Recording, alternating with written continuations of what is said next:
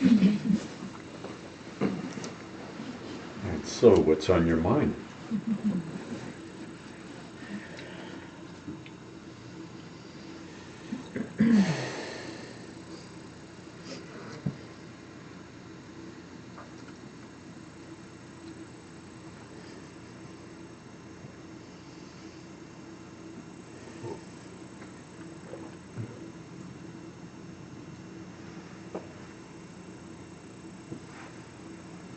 You had so much to say just a minute ago.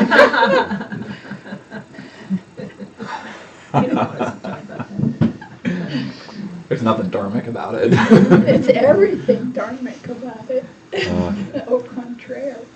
Really? Yeah. Well, maybe you should start. We were discussing the current political situation. Everything could be dharma about it if we took it to our practice. That's what I mean. You see that? Are you saying opportunities to practice equanimity? and everything. Patience. Drag out the whole 6 perfections and the 4 immeasurables. Yeah. Practice.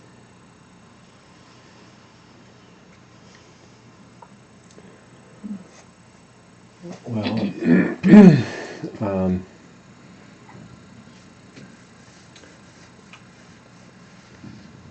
at various times lately I've been, seems like more often than not, I've been just experiencing dullness when I sit and meditate.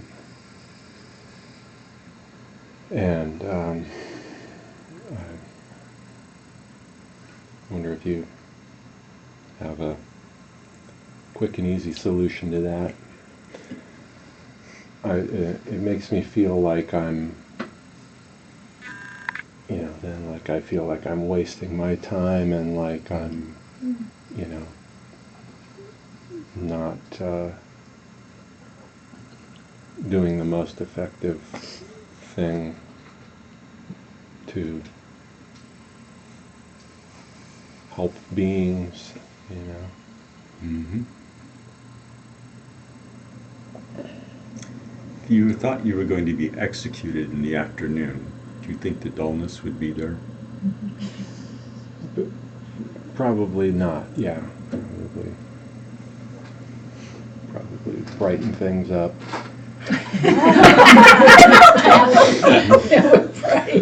I usually face my execution all bright.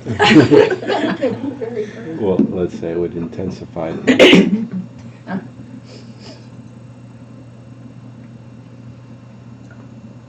All right, so I should tell myself I'm going to be executed this afternoon. I have a suggestion.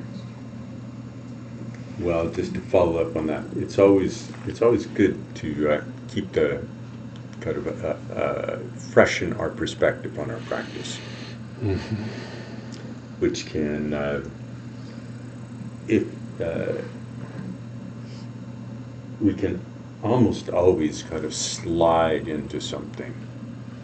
We get some momentum going, and actually the thing that was our friend in our practice sort of kind of starts to run out of juice a little bit.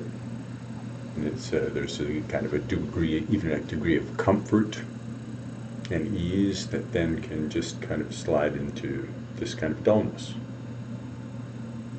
It can happen like that. So it's good to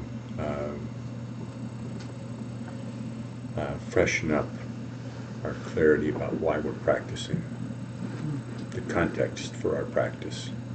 And that's the reason that I kind of flippantly asked you to reflect on your executions, because it's a kind of very heavy-handed way to say, remember impermanence.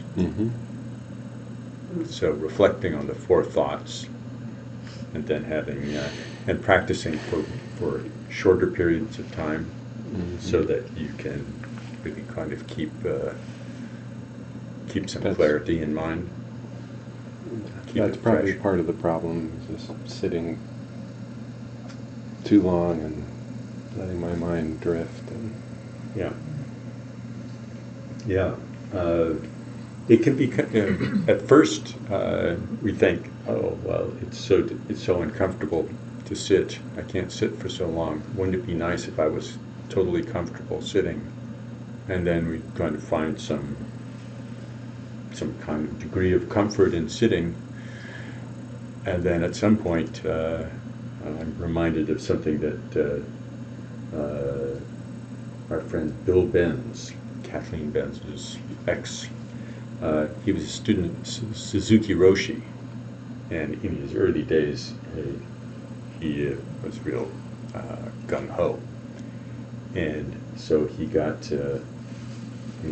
Okay, you've heard about this full lotus.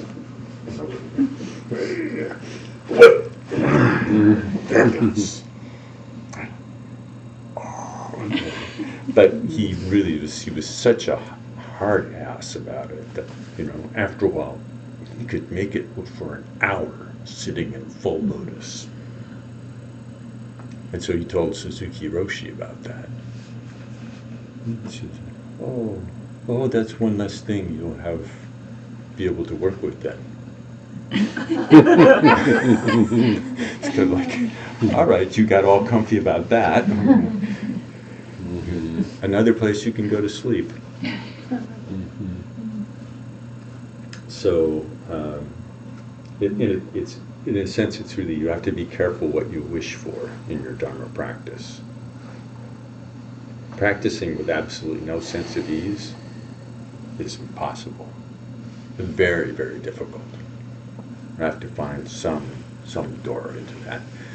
But when it starts to, when the highway starts to open up and get smoother, it can be a different kind of challenge. And then we really have to look more and more carefully at how is it that confusion and suffering arise. Is the comfort and ease really my friend? Is being able to kind of just sort of settle in, where the kind of the undercurrent of thoughts just kind of drift along, and we're just really not really paying attention. So, reflecting on the four thoughts and the briefer sessions are the two main things that come to mind. Go on. Well, every once in a while I get re-inspired to do what I recommend. You've been sitting enough that I would recommend this. Not like I would necessarily say anybody that this would work, or help, but emphasizing the clarity in your meditation by using a technique of without an object, of being just looking directly at awareness, directly at the mind. So the easy way to say it is like, be aware of being aware. And that kind of practice where it enhances clarity, which goes the complete other direction from dullness. So I recommend working with that.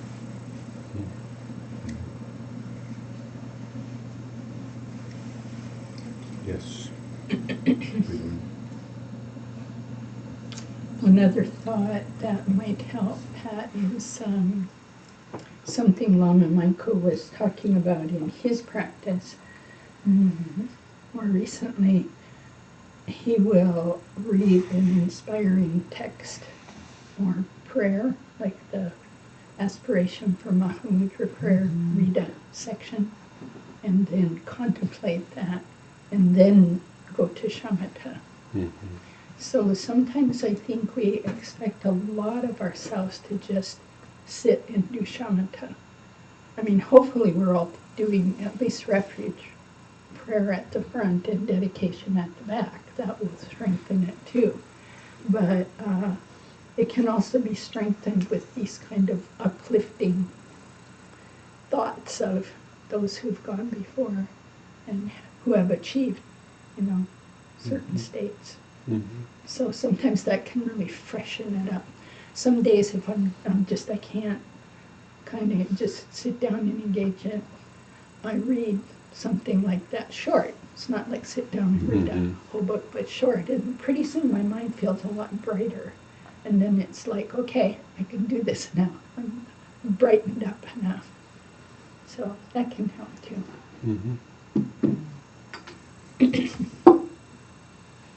Yeah. It does fall. There are a lot of things that fall into the general category of keeping our practice fresh, reinvigorating our practice, and it's something that we have to nurture over the long run. It's not simple. I was just talking to Doug a little bit about this, and it's very easy for our habitual patterns to kind of absorb like a sponge anything new that might actually allow for transformation and escape from those habitual patterns. Just just kind of absorb them right back in. Like the blob. Yes. That movie, The Blob. Yes. It just kind of rolls over everything and then we're just in the fog again.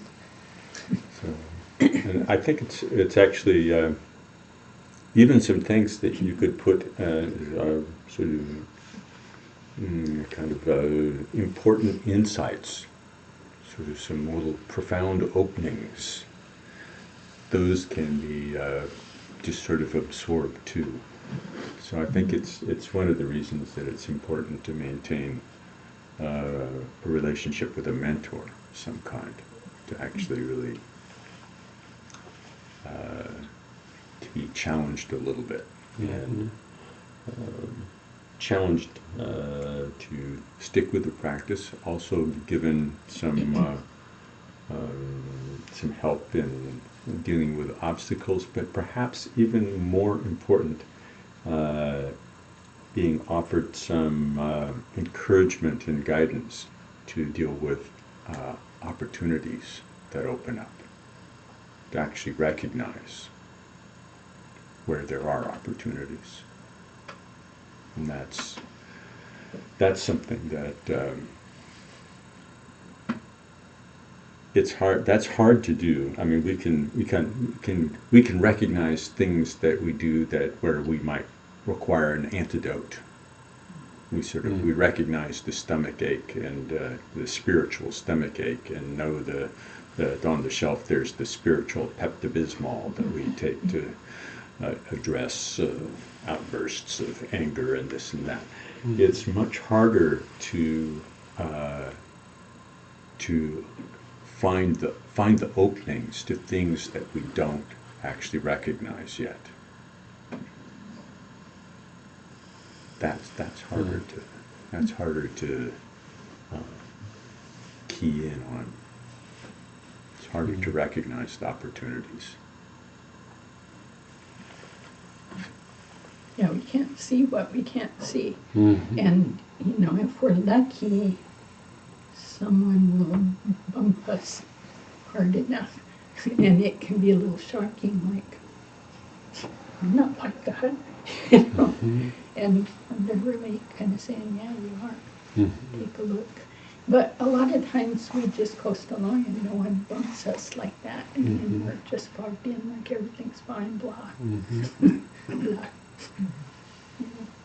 And then I think one-on-one interviews, when I've done them as a student, you get to go a little longer and deeper with a teacher and, ask question 1, get an answer, then question 2 that's hooked to that. And you know what I'm saying? You can get quite a boost. So that's a good thing to do once in a while, to tune up.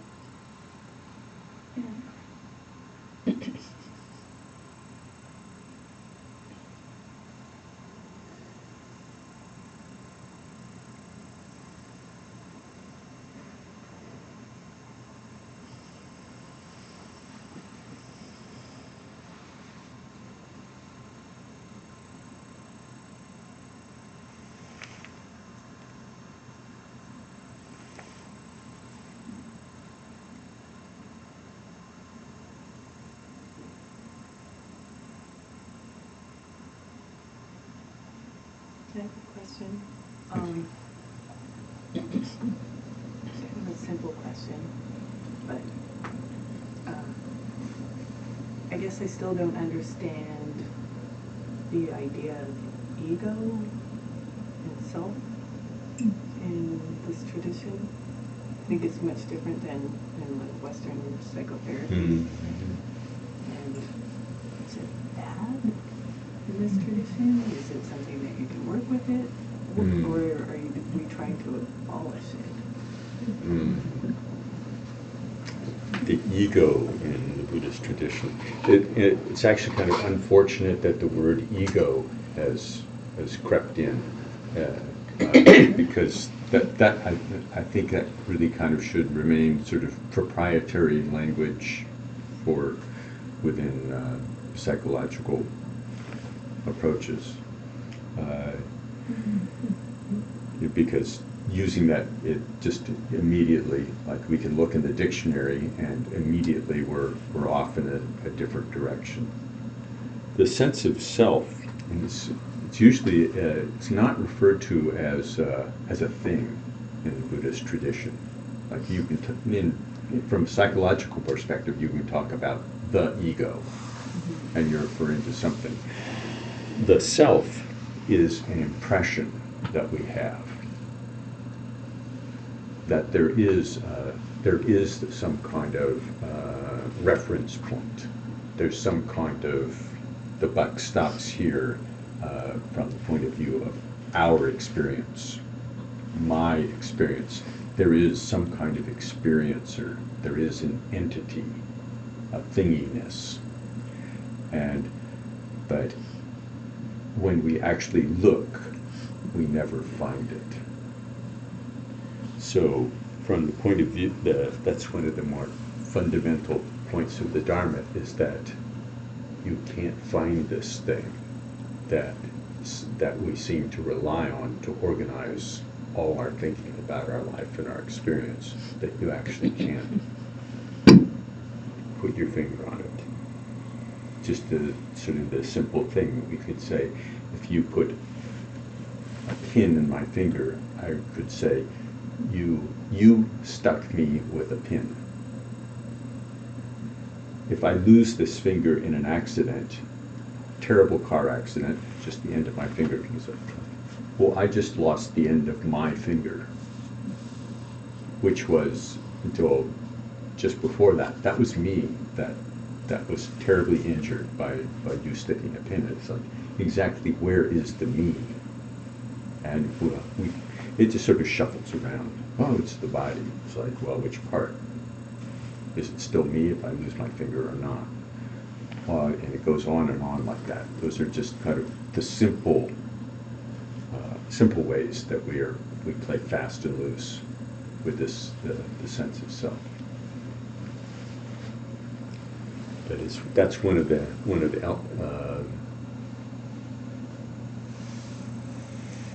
of the key tasks in our Dharma practice is to see exactly what we're doing with that. How is it that we hold this together? The Mahamudra aspiration prayer,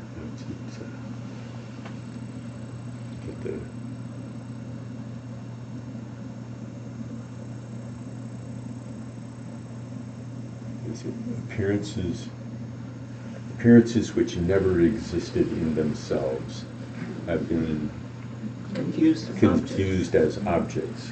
Awareness itself, because of ignorance, has been confused as a self. So what we're the opportunity that we have in meditation practice is to settle down enough so that we let go of the stories enough to actually sit with experience as it arises. And at first it's it's still, even if we're not involved in planning for the future or reminiscing about the past, we're still thinking things like my breath. I am paying attention to my breath. It's still very kind of me and it. But the simpler that we get with that, and the more that we actually sit with the experience itself, the less certain we are about, oh, there's me, there's my breath. What is the actual flow of experience?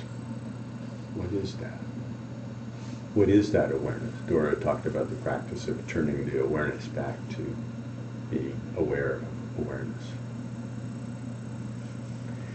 We can't do that when we're caught up in all the stories. And we can't, and it's not a matter of just having a more clever story about our present experience, like subdividing the experience of the breath into the warm part and the cool part and the part here and the part there, and just having a very, very sophisticated intellectual parsing of our experience. We're so used to parsing things in that way that it's just so satisfying. I've got a name for it now. And I know how it's my cup, and it sits on my coaster. It sits on the table. It sits next to the microphone, not too close, not too far away. And it just goes on and on and on, trying to create this elaborate map. But meditation goes kind of the other way. Let's be simpler about it. And so just relaxing with our experience, we have an opportunity to look into this. And there is with this thing about the self, and you will know a lot of things that sound like the self is the enemy. And there's a lot of, as though it's a real thing, that you are actually going to get rid of it. But it's not a real thing. So how do you get rid of something that wasn't there in the first place? What is it that we're actually, up to a certain point, there's some kind of virtue in saying, there goes self-grasping again. I'm not going to let you get away with it this time. But at a more subtle level, it becomes kind of problematic to get fixed on those, that I'm going to get rid of the self. Roll my sleeve, get a really big machete and chase it around until I corner it. There's nothing to chop up. But there's also nothing, it's not that there's nothing there either.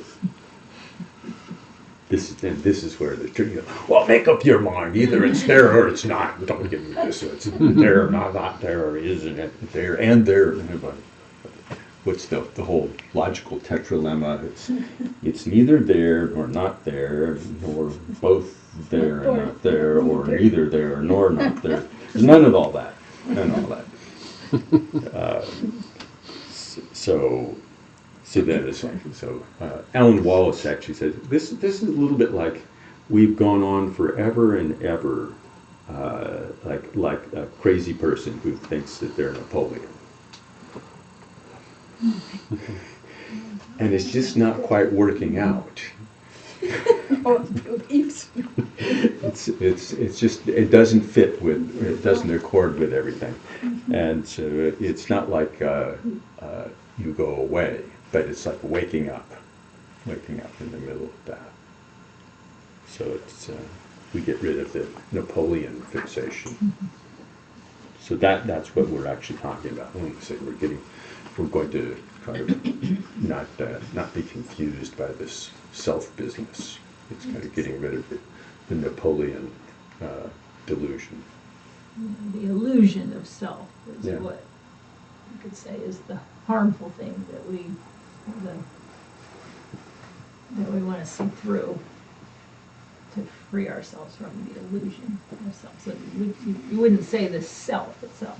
The self is bad. The bad thing is our misunderstanding, or misperception of this illusion. And then there's the conventional, seem to be useful, as a useful convention. We don't just stop, therefore, referring to anyone or ourself. We don't just sort of There are no selves. drop that so from we our don't talk about vocabulary and that. refuse to, just like anything else. This is also not the table. It appears to be is not substantial in the way it appears to be. Just like I'm not, it's not a thing. There's not a tableness there any more than there's a Dora-ness here. But it's very convenient to say, put this cup on the table, please. So you still do that, but The only reason the self is ever the illusory self that we believe in is a problem.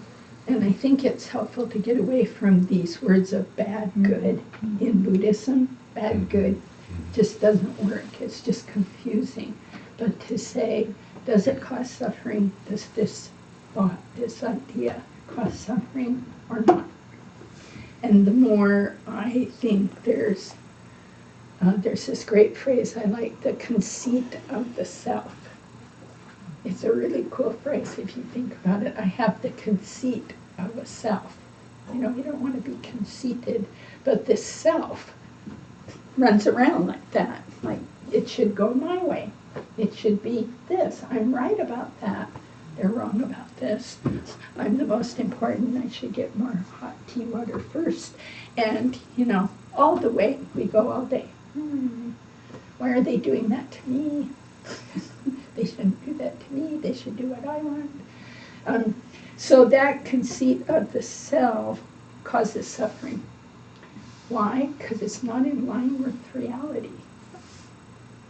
In reality, there's no such separate, substantial, self-existent self. There is a functional self, but not the way that we're mixed up about and we act on. This takes a long time to understand. I think we're all talking about it, and to experience it is another whole other level. But it's good to get the thoughts kind of clear, which is what you're asking. So it's really good to do that. It's towards the end of suffering. But the experience, the Dalai Lama talked about in one of his books, his experience of having what they call an inference. It's a certain mental state towards experiencing emptiness. And he said merely an inference shook him so bad. I mean, where he had an experience shook him up so bad he didn't talk to people for a while, and he felt very alienated. It's going to be that much of a turn from how we run around. Now we can get it in flashes and stuff anyway. And we kind of, sometimes we don't feel so self-full, and it's quite pleasant. But he was saying, here's someone who's the Dalai Lama who practices and teaches and, is, many people say, a manifestation of complete compassion and wisdom. And he was saying, wow, that's friggin' shocking, that experience. So I don't think we need to expect it right away, but also, you never know. Just be open. But there's no bad self anywhere. There's no self anywhere. Can't be a bad one, can't be a good one. Yet it works. I see, I'm talking to Melissa. Even though you're not the same one that came in the door even. You've changed in ideas and molecules and everything. But it works. We expect it to do more than that. You know, like it functions, we function. And one phrase too is merely labeled Zopa. Something going on over here. Merely labeled Zopa, not more than that mere label. Not a Zopa-ness, like Dora was saying, Dora-ness, you know. Merely labeled. And that mere label, good, works fine. We can talk. You can distinguish me from that set of aggregates and this set of aggregates and not Napoleon. You know, this is how we can function.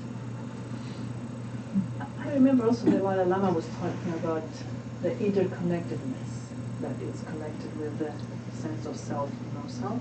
But there was a little book that was really talking about that so extensively. In some ways, the self is not independent from whatever is happening Right. around you, so it's kind of an aggregate that comes and goes, related to the everything can change, so the sense of change. Yeah, Geshe Kelsang, one of my teachers, said once to us, you know, it's like you walk into this room and now you are this set of aggregates. And he said, notice when you go in a different room, you're now that set of aggregates. So, you know, the interconnectedness with, it's always this shifting, but it feels very, no, I could put myself anywhere and I'd just be myself. Yes, right. That's right. Yeah, but we're That's so the confusion, interconnected, which Dora it's was not talking true. about, confusion of the self. We're way interconnected, deeply. Yeah, beyond even us being interconnected. Now what are you talking about, Bill? Well, that's the same thing we were talking about this morning, kind of this notion that that sort of we're interconnected. You know, that I was using the Tinker Toy analogy that it's like you're one little hub and I'm a little hub, and then we have this little we have the pink wooden dowel that goes between us, And then we we pull have them apart and Yes, move the, it's like we just get more, you know, it's sort of this infinite number of dowels between, but I'm still a little hub. Right. But that kind of just moving to that that understanding is actually way deeper than our ordinary sense of disconnectedness. But if we keep on following, if we just keep, that we reflect on that and we say, oh yeah, that's actually so, and there's this play over time, this thing, the dynamic is much more rich and you know, more resonant, and the more we look into it, the kind of the less object oriented it looks, the less kind of like a physical net with nodes and knots and strings, and the more the more it feels like just a play, sort of a resonant field, and then it goes deeper from there. So, but that all these things are ways into it. So the however it is that we contemplate interdependence and connectedness, the more we lean into that, and the more we're willing to let go of our whatever our last insight was, our last intellectual insight, then we can kind of lean farther into it and feel it in a different way. It opens up. to the experience. Yeah. Opens to the experience. Yeah. So then the people know these Tinker Toys, right? They're those little wheels and they have holes and you stick all these sticks in. And pretty soon you no longer think you're one of those wheels, or you no longer experience, I'm this wheel with everything interconnecting, as you say, that's a good step, but that's not the experience. Because there's It's still that actually all self one there. There's still piece. that self in the center with all the rods going out. Yeah. It's even beyond, it's all one thing, or it's many things. It's kind of, it starts to defy those Words. things. But yeah, but it, but I have to feel very kindly to this sort of the sense it's all one thing, because again, when we have that kind of outlook, we're more likely to engage in a kind fashion. We're less likely to cause harm. Yeah. So that has there's a kind of goodness in that. But it's also like, don't stop there. Don't stop there. That's the kind of thing where that's kind of an example of where we can have something that is inside of a certain kind and has a certain kind of goodness to it. But if we connect with somebody who can kind of sort of see into our experience and what we're doing, can point out another opportunity, can point out another way to meet experience, so that another door opens. Mm-hmm. Otherwise, we're in danger, as Eric pointed out this morning, we're in danger of saying, oh, now I have it figured Good out. night. Now I have it figured out. And we stop. You know, What I was that saw the line? Tinker Toy. It was The line. threatened. The word threatened. My mind is always trying to make good on the threat, to figure it all out. Yeah, or to arrive at But the it never final really thing. does. And the really juicy times are when a teacher usually, which can be in a book, it can jump out at you or in a one-on-one or in a talk, where all of a sudden you get kind of jarred, like, whoa, you know, never thought of that before, or wow, you know what I'm saying? You've had some of those, I hope, if you're lucky. And that's what Bill's pointing at. It's like, oh, I had my Tinker Toys all figured out, and I got this self figured out, and the interconnections figured out, and then it gets flipped. And you go, whoa, there's like, you have an experience. That's different. And Ryan has a question, and Steve has a question. I had a question. I keep coming back to the Mahamudra aspiration when we're talking about these things. And I have it here, so I wanted to maybe not misquote it. When one looks again and again at the mind which cannot be looked at and sees vividly for what it is, the meaning of not seeing, doubts about the meaning of is and is not are resolved. Without confusion may my own face know itself. So I was thinking about, when we look at the mind that can't be seen and we see its emptiness, so is the emptiness that I'm looking out from the same as the emptiness that you're looking out from? Does that make any sense? Like, is it the same emptiness, Is it okay? It's like very confusing. Yeah. Well, Yeah. that stanza actually doesn't use the word emptiness in it, does it? No. No. Looking again and again at the mind which cannot be looked at, see vividly for what it is, the meaning of not seeing. Not seeing. So then if we just stick with that, then your question is, my not seeing the same as your not seeing? Is that? Yeah, that's the same question. But what if someone could answer that? How would it help you?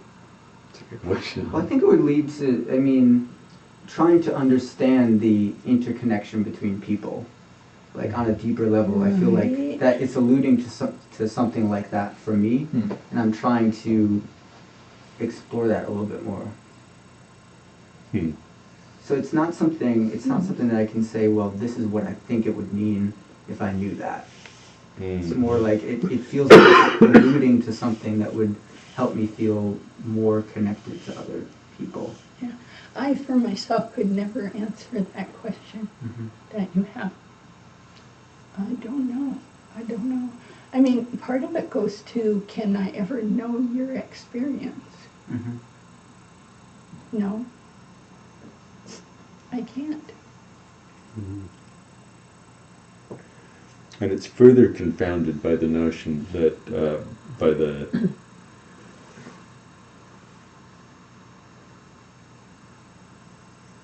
my not seeing collapses in that.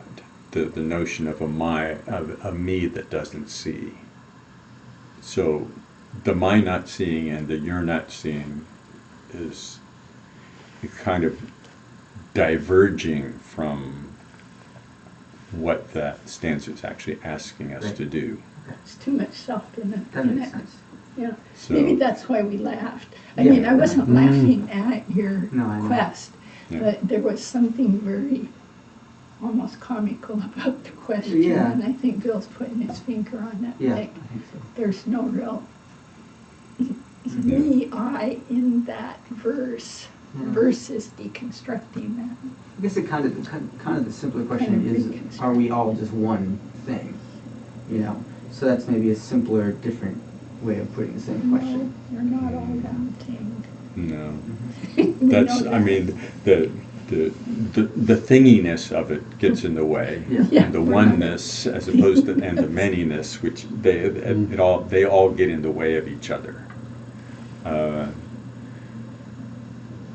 So I don't think yes or no answer to that actually helps anything. Yeah. It actually, I feel fairly certain it actually gets in the way. We all have the same One thing, Buddha nature, though, same. within us, that we all talk as if there's one Buddha nature, and we all have it. But it's not a thing, and you It's can't not. have it. Right. Yeah. It's not something you beyond can- there it is, concept, but- so yeah. we're just struggling here, Mhm. because it's beyond concept. Or like, so is emptiness. You know, I think So- if you get to that point, there's only one emptiness. Yeah. But one is a Sort of- concept. Yeah, it's. Yeah, I think you can say those things kind of like, just, but it's sort of like, Not. if it helps to have said it, say, okay, I said it, now I can put it down. Right. Don't move. Now I'll go back to and my don't practice. Move. Put Right. it down and don't move. Yeah, but it's good to kind of put it on the shelf. It's but again, I have to say I have a certain degree of kindliness towards that. Mhm. Toward the one. Towards Because it makes us kinder. it makes us Mhm. kinder, and it's Mhm. and it's sort of approximately, it's closer. It's kind of heading more in the direction of something that you can that can be examined and experienced. Yeah, it's all about experience Yeah. at the end. So then it gives you Mhm. something else to look at. Exactly what is this one that we are all. But then you get back to looking again at the one which cannot be looked at and see for the meaning of. Yeah, you can sort of put anything there, looking again and again at experience. Yeah, again and again at the blank. You know, the aspiration for Mahamudra is so magnificent because it won't let you stop. It tumbles you. Mhm. You know, you read a verse and you almost go, oh, I didn't get it. Oh, I didn't. Oh, I think I got it. Whoops. You know, and that's the beauty of it. It's constantly tripping up the I know it and I've got it and I'm.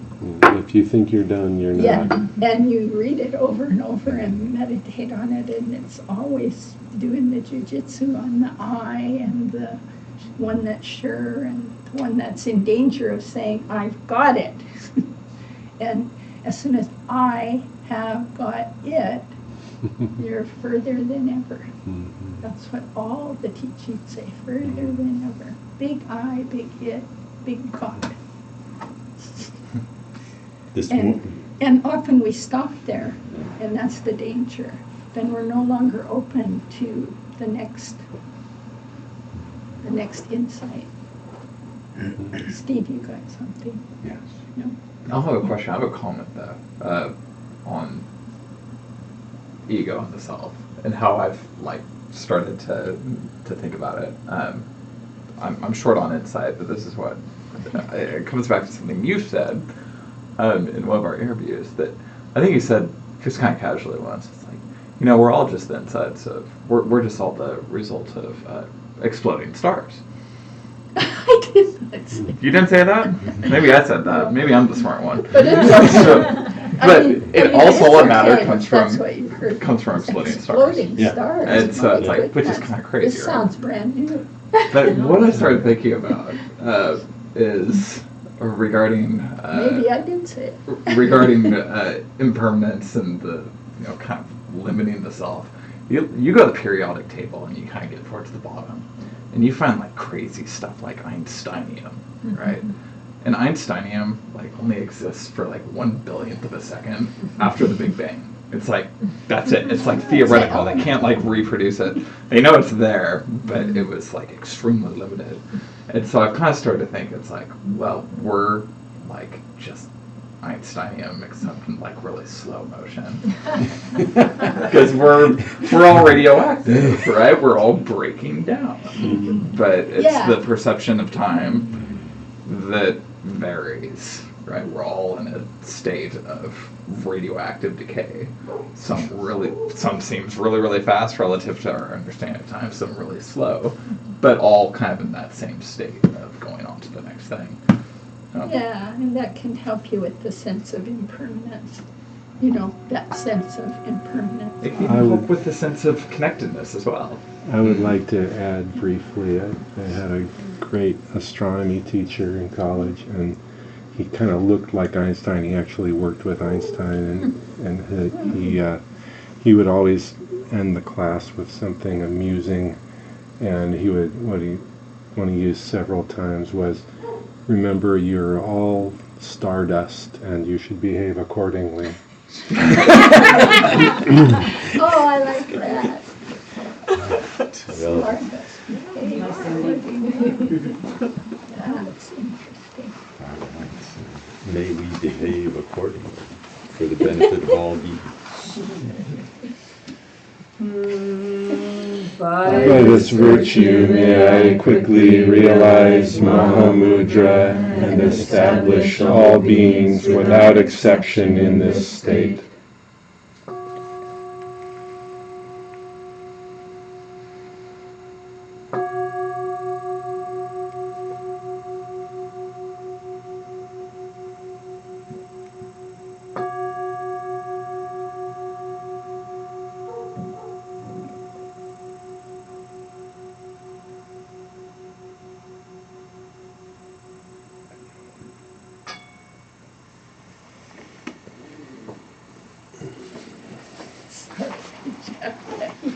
What's that? I jabbed at you. I did not say that. I have no idea if I said it or not.